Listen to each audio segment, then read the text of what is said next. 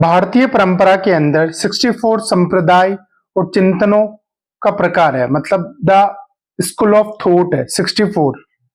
और ये बात हमें बौद्ध ग्रंथों से भी मिलती है। उस समय एंशियंट भारत के अंदर ऐसा माना जाता था कि चर्चाओं को, विवादों को करने के लिए टीचर्स, जो स्कॉलर्स होते थे, जो विद्वान व्यक्ति होते थे, वो एक जगह से दूसरी जगह घूम घूम कर अपने फिलोसफी और वर्ल्ड के जो भी विषय होते थे, टॉपिक होते थे, उन सब पर लोगों से बात करते थे, उन पे अपना लॉजिक रखते थे। और जो ये डिस्कस होता था उस जगह को बोलते थे कुटागारशाला। एक ऐसी जगह, नुकीली छत वाली झोपड़ी, जिसे कुटागारशाला कहते थे, जो किसी जंगल में होती थी।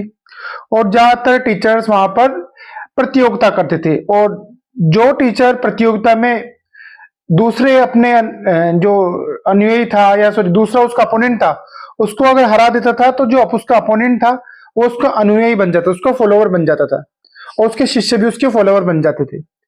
तो इन कुटागारशालाओं के अंदर विवाद का दौर चल रहा था, और उसी समय महात्मा बुद्धा और महावीर स्वामी की एंट्री होती है।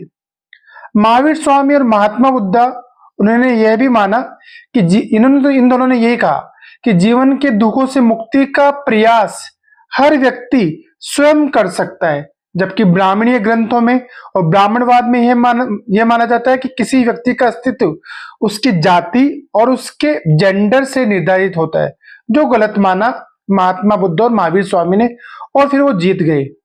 ऐसा ही वैसे तो हमारी उपनिषद में लिखा हुआ, उपनिषद जो छंगोद्य उपनिषद है, 108 उपनिषद है हमारे भारतीय परंपरा में। और छंगोद्य उपनिषद के अंदर आत्मा की प्रकृति क्या होती है, देखो उसमें क्या मेंशन है आत्मा की प्रकृति।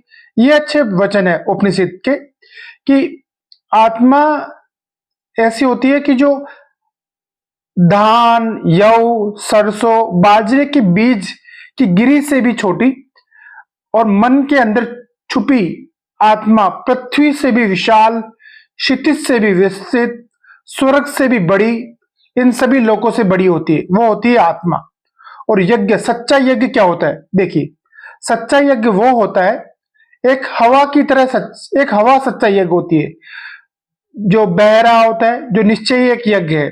बहते बहते ये हवा सबको पवित्र करती है, वही वास्तव में यज्ञ माना जाता था।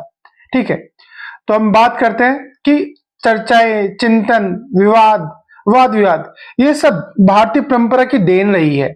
और तभी समय समय पर जैनिज्म और बुद्धिज्म का भी विकास होता गया, इन्हीं वाद विवाद और प्रतियोगिताओं से। क्योंकि इन धर्मों के अंदर सभी को समानता का अधिकार मिला, सभी को इक्वलिटी मिली, कहीं कोई भेदभाव नहीं था जैनिज्म और बुद्धिज्म।